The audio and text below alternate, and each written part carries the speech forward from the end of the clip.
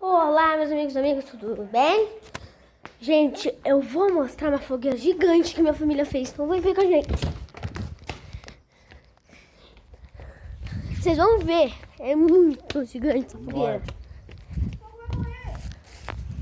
Eu tenho que ir rápido. Olha.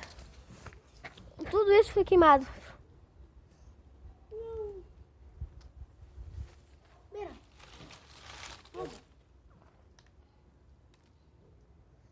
Ixi, acabou.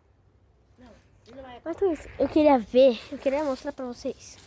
Olha, minha família é aventureira demais. Pera, para. O fogo vai comer a folha. Tá conseguindo. Vai, você consegue fogo.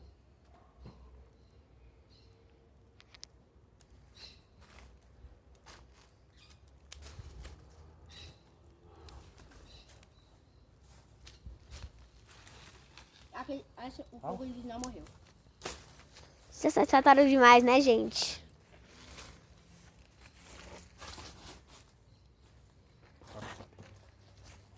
Tem que virar lá, meu filho. Agora sobe.